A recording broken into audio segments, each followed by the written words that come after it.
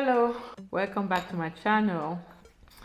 If it's the first time you watch my video, my name is Judy and I am just this first generation immigrant now living in the USA, just trying to figure out how to live a more meaningful life, a more intentional life, and also work on my financial independence as I try to figure out retirement, what retirement would look like for me in America.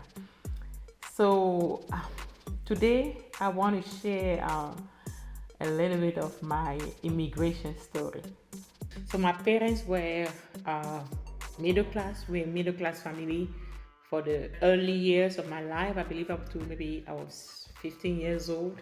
My parents had 8 kids, right? And some kids that they had adopted. So our house was always full. We always had more than 12, 15 people in the house at a time. And life was great when I was younger, very young. And later on, there was a deep recession in Cameroon at that time. And like there was no job and my salaries were being slashed. I guess my father started getting like about 1/3 or 1/4 of really what he used to get paid when we were younger. And that just took us down here. So our family went through some tough times. Around that time, my father was trying to build, we had relocated in another city. We were just trying to build a new house and they slashed salary things. So we had to move in a house that was not completed. And also we had to go to, a few of us were going to college because we were so close in age, being 8 of us, we were so close in age. So we were like 2 or 3 of us in college at the same time. And I remember those years were the toughest years of our life as a family. And my parents used to sit down with us. We would have family meetings, and my parents would tell us about how difficult the situation is, why we have to be, we should not waste. We don't have enough. They don't have enough to provide for us. And my father was telling us how thankful he was that my mom fought in order to have a career for herself, because when they first got married, my dad didn't want my mom to work, and she always fought that, and she fought in order to have a career, and she had a business at the time. So when my father's salary was slashed like that, my mom was the one supporting the family for a while. So he always commended that. He was thankful that his wife was doing that, able to support and provide, also help provide for the family. So that stuck with me. Those are the tough times that really stuck with us. I believe all of us. And at the time, some of us were in college. I was in college, and we were renting a room in college, and it was tough paying the rent. It was tough sometimes for my father to send us money for food and things. So we had to manage during those years. I believe it's around that time that I started really praying a lot. I started dreaming a lot about a better life, wishing for my parents to get out of that situation. And being in college, I got exposed to a lot of people traveling abroad, and people who had somebody in their family abroad. And that became our new goals. Really, everybody in college, their goal was to get out of the country, because there seemed to be no hope for anybody who was there. There were thousands of people on the street with college degree, bachelor degree, like graduate degrees, that could not have a job. So getting out of the country was everybody's goal, really. So that was our only hope. But with the situation my parents were in, that it was our hope, but we didn't even believe we could do that, because it took a lot to travel abroad, and we knew our parents could not provide that type of money or security or guarantee to send us abroad to study or to do any of that thing. So for some reason, it just happened. Like I said, I got exposed to a lot of people traveling abroad, and a friend actually got us involved. The year I graduated from college, a friend told us about this program that was helping people go abroad for graduate education, and they were asking for some money to help us with that and all that. So I just brought the idea to my parents. And my father was never somebody who wanted his kids to be away from him. But at the time, with the way the country was, like I said, we had no hope. So it just felt like if he wanted to give a future to his children, he had to allow us to travel abroad because that was the only way. And I don't know how my parents managed to put the money together that the guy was asking. At the time, it was a lot of money. I know they borrowed money and they put that money, uh, they put that money together. So really, I don't know how my parents managed to get that money together. It was a lot of money, but they wanted to give me a future, I believe. My parents put that money together, and I took the money and gave it.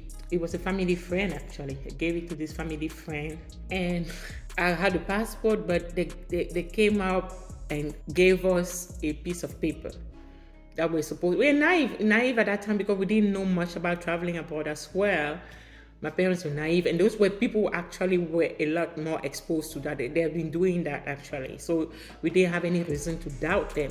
So when they came, they had my passport. When they came back, they had a day. We had bought the ticket, the flight ticket. I was supposed to go to Norway, and I had a registration at the school and everything.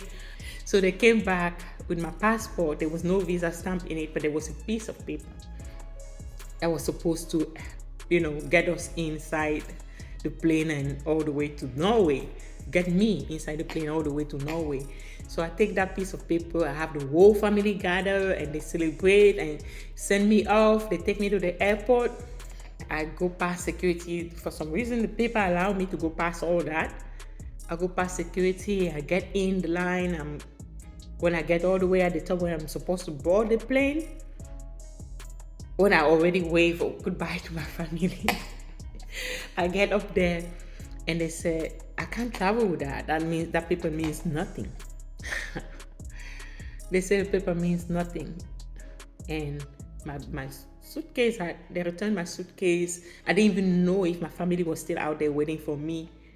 I was devastated. I was devastated. So I come out of the boarding area. So I come back down hoping to have my family out there to take me back home. I get all my luggages, and a lot of the family had gone, but my parents were still there with my siblings. That was the worst day of my life. The worst. My father was devastated. My mom was. Whew, because they had to sacrifice everything. They had borrowed money. Because, when you had a family member traveling abroad, that was like the light, the ray of hope for the whole family, So my whole family was devastated. I didn't even know how to go back home. I said goodbye to all my friends, all the neighbors. Everybody knew I was going abroad.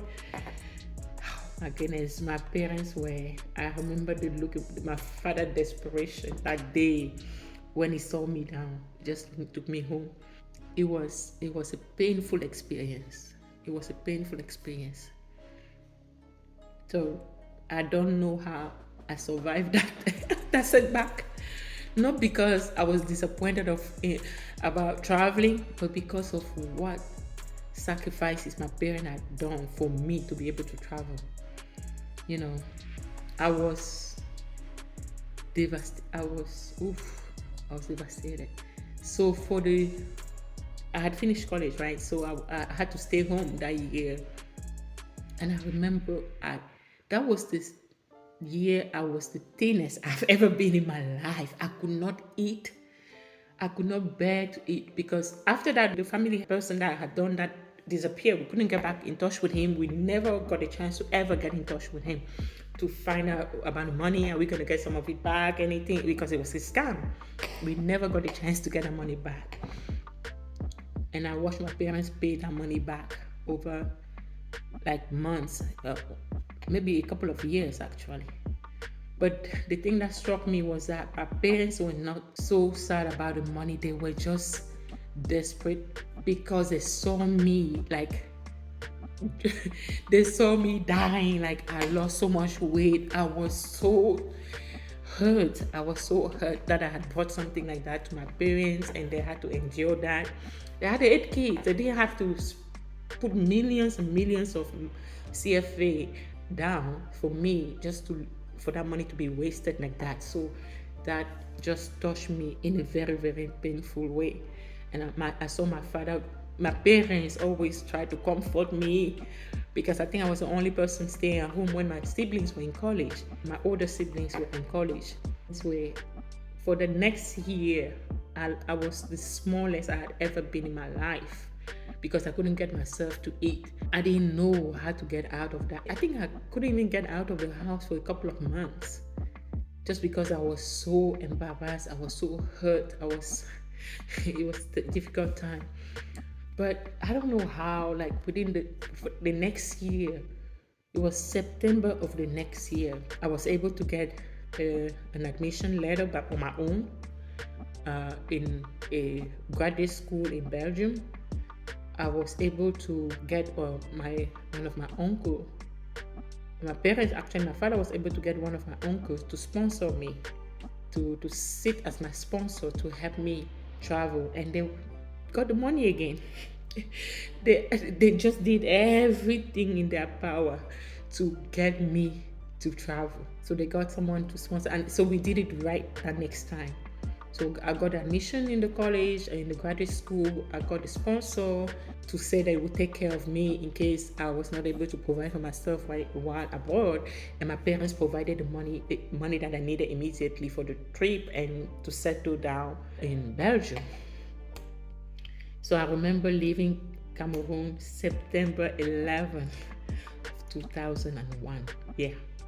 That very day, that very memorable day. It was exactly 1 year after, on the memorable day of September 11, 2001.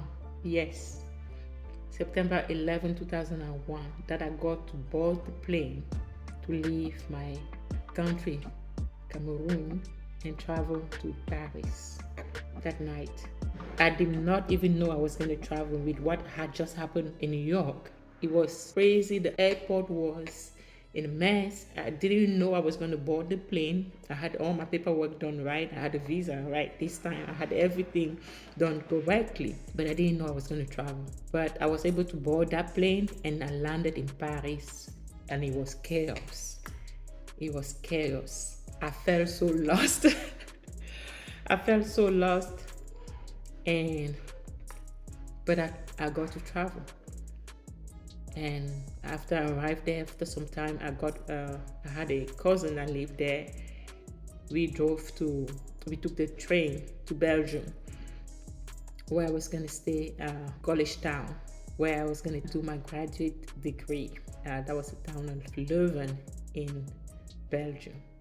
So I got to travel, and I just want to share how, if you have to travel with all those sacrifices, with all those setbacks, with all the hope of a whole family on you, you have no other choice but to succeed, right? You have no other choice but to succeed. And I know a lot of us, we travel in those circumstances. We had no other choice but to succeed wherever we were going. And we just left everything. Everybody we knew just left I was so lost. And I know for the first few months I was abroad, I wanted to go back home. I wanted to go back to no hope, no future, because I wanted to be back with my family. But I had to endure, right? I had to fight that, because I knew how much had been sacrificed for me to have this opportunity. I just knew I could not go back home unless I succeeded, and unless I had, somehow helped my family get better. So, I know what a lot of us immigrants have to endure, and the sacrifices that we have, and the weight, the burden of all the expectation being put on you.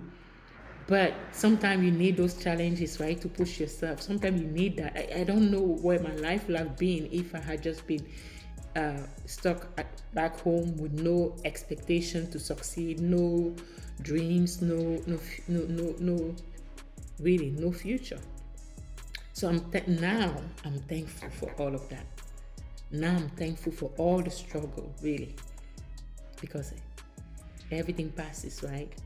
So I know what it takes to immigrate and to find yourself in a new place and to have to figure it out, like with no direction, little to no direction. You have to figure out everything on your own. You have to be that, open that, open the way for other people to succeed, hopefully. That's why I have all the journals that I wrote around that time. I have some of my pictures. When I look at it, they just bring back all those memories. And those are the things that drive me. Those are the things that push me. Our lives has changed in a lot of ways from that time now. My family's life has changed so drastically from that time. But I just don't want to forget where I came from, because and I want to share that with my kids. I just want to share the journey, what it took for some of us to now have a little bit of a better life, all the challenges we had to go through, and hopefully, we don't forget where we come from, and also be someone who will change somebody else's life one day. Hopefully we get to have an impact on somebody else's life. So I just don't ever want to forget what I went through, what I had to endure, where I came from. I don't ever want to forget that, because that's actually what fools me. If it just drives me, pushes me. And sometimes when I feel like I'm forgetting, I'm just indulging in a lot of things, I just have to catch myself back and try to remember and appreciate and be grateful, and really be grateful for a better life, for that hope that I held on to. So that's my story. I know a lot of us have been through traumatic experiences like that, whether in the process of immigrating, before immigrating, even after, and I just want to know what drives you, what pushes you, what makes you so grateful even and appreciative of where you are now, because I'm so grateful. I am so thankful, because when I remember those days, when I remember where my family was then and where my family is now, I can only give glory to God. I can only praise God and be thankful and grateful. And that's why I try to share this experience and just tell somebody else, like, these too shall pass. Whatever you're going through, as long as you endure, you're going to come at the better side of it. You have a better future ahead. Even my kids, I just try to share this with them so that they know that, they might have a better life, but a lot of people had to go through really, really, really traumatic things, and a lot of us had to sacrifice a lot to achieve the life that we're living now. So please share your experience and share with me what pushes you, what challenges you, what makes you grateful today. Please like, subscribe, comment below, and share your experience or your thoughts with me. Until next time.